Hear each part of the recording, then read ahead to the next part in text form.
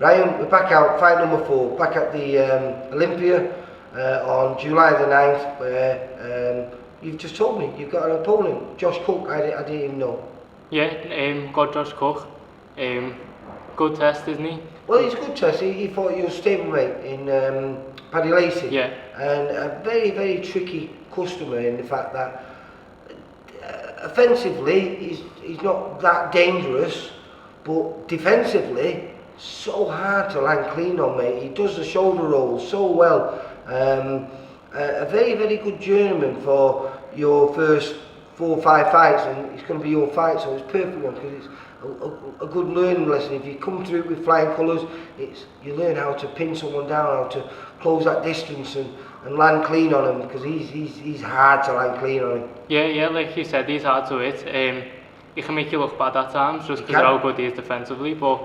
Well, I don't think, I remember when I was speaking to Paddy and I was saying, I can't remember, because he's fought a couple of times on our shows now, and he's one of those kids that tends to always nick around, or at least share around with people. Very few people beat him 40-36, and only one person has stopped him, I think, in his 12 fights or 13 fights that he's had. So he's learning his trade well. Yeah, he is. He's a good test for me though. I'm looking forward to it. Been working hard in camp and been making loads of improvements.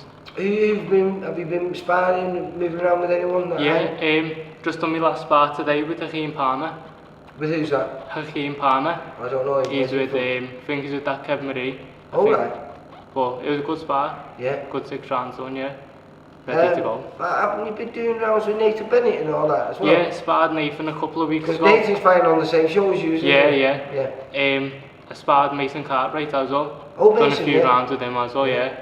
Well, Mason just took himself up to another level. I know it was a loss when he fought Troy Williamson, but he did so well that people now are thinking, well, they're taking him seriously now, aren't they? Yeah, but it was good for me though, because he's at that level and I'm sparring him now, so it's good learning for me. And where were you with weight now? I mean, I know it doesn't really matter at present, but are you still contemplating welterweight, or do you just think, no, when the time's right, I'm going to be challenging at light middleweight? Yeah, I think so. I think light middle, to be honest. Looking at just trying to fill out at that weight. Because I'm still growing, aren't I? So it'd be silly then to try and stunt that growth while it's all natural, because you've got all those hormones that are growing through you now. So realistically, if there's any time to be a light middleweight, you might as well try and make it now, haven't you? Yeah, definitely. Because it should be easier. Yeah. Well, I'm looking forward to it. You've impressed me on all 3 occasions, mate, just by beautiful boxing. Yeah. Well, this kid's going to bring something a little bit different. You're going to have to get those shots off him. You're going to have to work hard, because, like I say, he's a tricky sod, and he's on the back foot, and he knows how to make you work hard. So it'll be intriguing to see how you do, because I think, like I say, Casey Brown's fought him, your mate Paddy Lacey fought him, I think someone else has fought him, and you're all in that light middleweight, even though Paddy's moved up now. Paddy's not going to be in light middleweight no more, he's going to be a middleweight. But there's you, there's Casey Brown, there's Sean Arkwright, there's Owen Kirk, there's Johnny Boy Kiley, there's about 6 or 7 here. That makes it exciting, because maybe towards the back end of next year, these could be all potential opponents for you, where VIP fight VIP, and whoever wins gets that leg up to the next level. Yeah, well, it's something that can happen, innit? But I'm just going to see what happens over the next year or two. So. But you're all, I think they've just moved on to 4-0. 3 of them on the Salford show. 3 of the light middleweights all fought. I think it was Johnny Boy Kiley, Casey, and a kid called Reese Woods, who are all competing at light middleweight. They've all just moved to 4-0. Hopefully you're going to move to 4-0 a week on Saturday, and by the end of next year, you all could be 8 or 9-0. And who goes to the next level? Yeah, well, maybe to do that you have to fight one another. Yeah, and intriguing, wouldn't it? Yeah, it'd be something I'd look forward to.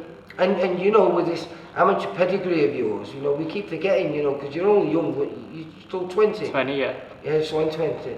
So, but you've got a real great amateur background.